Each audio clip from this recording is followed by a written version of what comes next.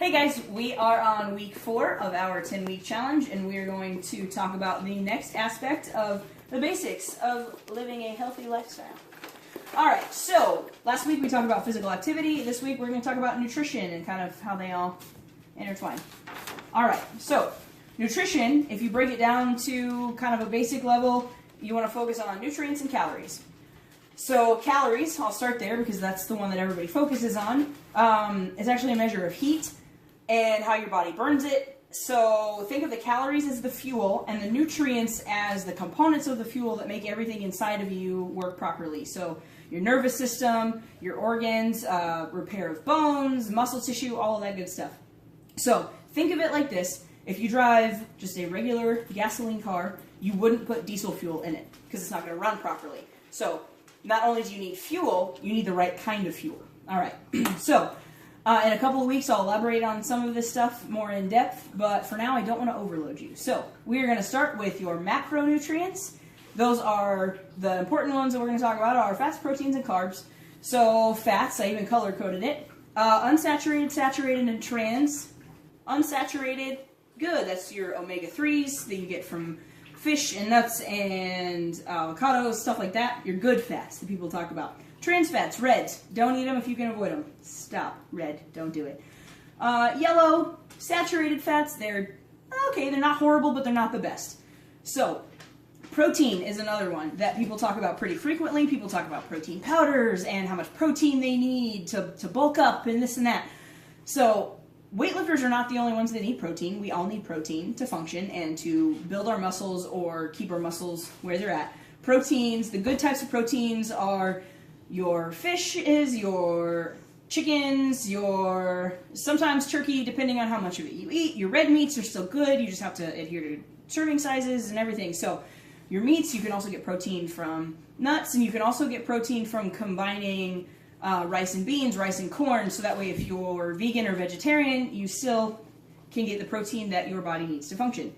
Carbs are another one. There's healthy carbs and unhealthy carbs. Basically, a good rule of thumb is to avoid the whites. So potatoes, to an extent, I'll elaborate on that later.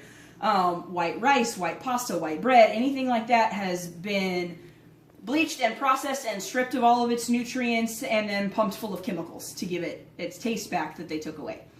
So carbs are metabolized as sugars, and we'll get more into detail on that in a couple of weeks. So those are your macros. Your micronutrients are your minerals and your vitamins that most of us take in as some sort of supplement form.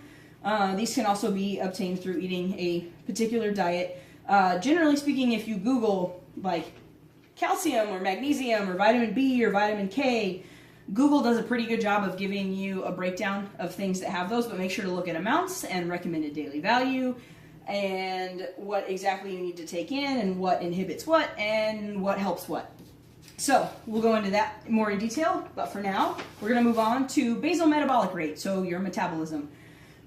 So here's the sciencey definition. Basically, it's the minimum number of calories you need if you're going to veg out on the couch and watch Netflix all day.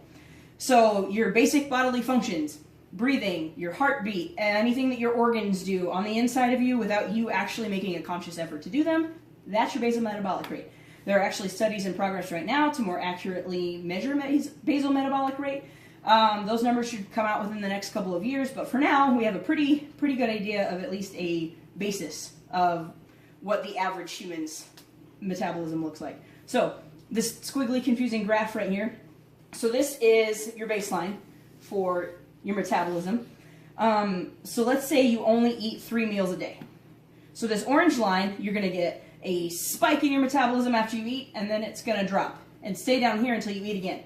So it's going to follow this pattern if you only eat 3 meals, which is why people normally suggest that you eat some sort of snack in between your meals, which means that it's going to keep your metabolism running at a more consistent rate throughout your day. So it's going to go not quite as high, but not quite as low either. And you're going to stay right above this line, which is a more consistent way for your metabolism to run throughout the day. However, if you take in little or no food, your metabolic rate drops, and it can be very, very, very detrimental to your body. So these are average numbers for how many calories females and males burn each day. Again, these are averages. Everyone's different. It's based on hormone levels, activity levels, muscle mass, all sorts of different things. So, but as a baseline, these are good numbers to pay attention to.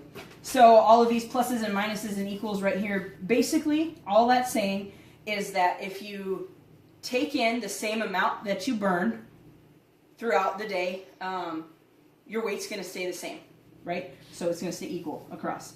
If you take in more than you put out, you're going to gain weight. If you take in less than you put out, you're going to lose weight. So I'll have a couple more charts and examples and diagrams that'll show examples of that more in a couple of weeks, and we'll go into these numbers down here in a couple of weeks as well.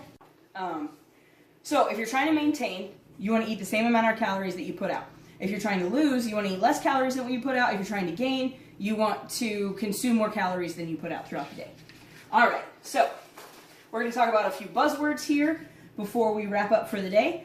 Organic, that's a good one. I'll do a reading labels class later on.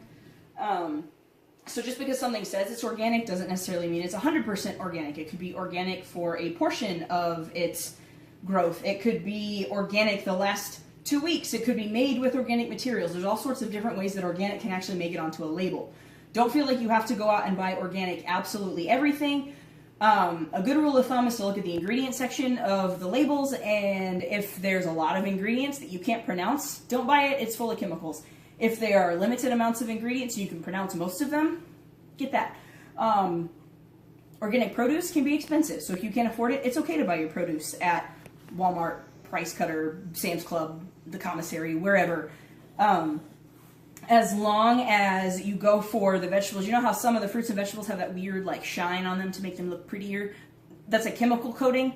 Try and get the vegetables that have like a matte or a natural finish because there's less chemicals that have been put on them. And also always wash your fruits and vegetables before you cut into them so you don't get all kinds of bacteria and germs.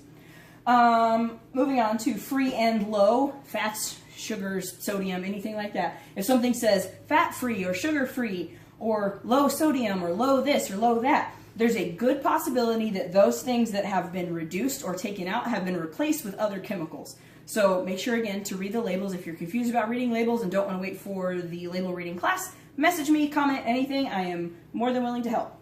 Carb loading. This is another one that people a lot of times mess up. So carb loading, just like hydration, starts 24 to 48 hours before the big event. And I'm not talking about, oh, I'm going to go to the gym tomorrow, I need to carb load. I'm talking about you're going to run a half marathon or a 10K or whatever is a lot of running for you at the time. Or not just necessarily running, also like if you are an athlete and you have a sporting event coming up that you know is going to be particularly strenuous. If you're going on a big hiking trip or kayaking or any sort of excessive physical exertion and you feel like you're going to need a little extra energy, carb load 24 to 48 hours ahead of time, and remember the good carbs and the bad carbs that we talked about. Make sure that they are good carbs so that way those calories aren't being burned up immediately with zero nutrients, because you need those nutrients too. All right, paleo / the caveman diet. The name is incredibly inaccurate, but the idea is fantastic. Basically, you're trying to avoid anything that is not processed, or anything, you want to avoid things that are processed. So if it's processed, there's a good chance that nutrients have been taken out or additional chemicals have been added. So eat as clean as possible. Farmers markets are great. # buy local. That's cool too. So the next word, diet. If I use the term diet, that doesn't mean some sort of fad. That actually means your dietary habits, what you take in every single day. Fad diets such as Atkins, Weight Watchers, Nutrisystem, HCG, that one's kind of an outlier in this group. It's not necessarily all that great because it deals with your hormones, but anyway, I'll come back to that. 21 Day Fix, that's another one. The 21 Day Fix actually has more long-term sustainable amounts and measurements that you can use.